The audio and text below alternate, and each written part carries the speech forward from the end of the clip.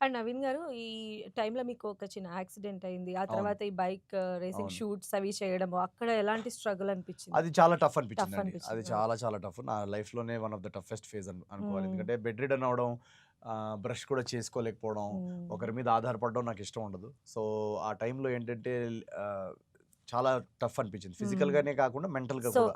మోరల్‌గా చాలా మోరల్‌గా D down అయిపోతాం. ఎందుకంటే అవును. వరుసగా 3 హిట్లు పడ్డాయి అప్పటికి. సో, హ్మ్. వెంటనే ఒక సినిమా తీసి వీళ్ళని ఎంటర్‌టైన్ చేయాలని ఉంటుంది. అవును. బట్ ఏం చేస్తాం, కొన్ని కొన్ని అనుకోకుండా అలా జరుగుతాయి. ఆ హ్మ్. టైంలో అది జరిగితే అది యాక్సెప్ట్ చేయడానికి నాకు కొంచెం టైం పట్టింది. దాని తర్వాత రికవరీకి చాలా టైం పట్టింది. ఎందుకంటే హ్మ్. మసిల్స్ ఇవన్నీ ఏంటంటే అంత తొందరగా రికవర్ అవ్వవు ఫ్రాక్చర్ అయినప్పుడు. సో, ఆ రికవరీకి టైం పట్టినప్పుడు ఆడియన్స్ తరపు నుంచి ఒక ఎక్స్‌పెక్టేషన్ ఉండింది. తొందరగా రావాలి కదా నవీన్ సినిమా అని. సో, నేను అవునవును. నేను స్టార్టింగ్‌లో చాలా బాధపడ్డాను. హ్మ్. బట్ నేను ఏమనుకున్నానంటే ఓకే. ఇది అయిందేదో అయిపోయింది.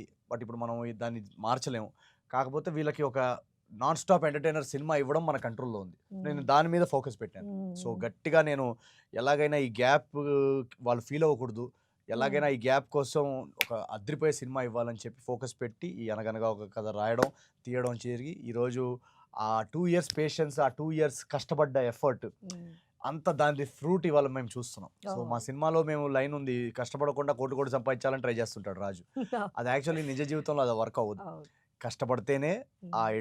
దానికి అపోజిట్ ఎండ్‌లో సక్సెస్ అనేది మన కోసం వెయిట్ చేస్తుంది. దన్ షార్ట్ కట్స్ ఏమీ లేవు దీనికి. ఓకే.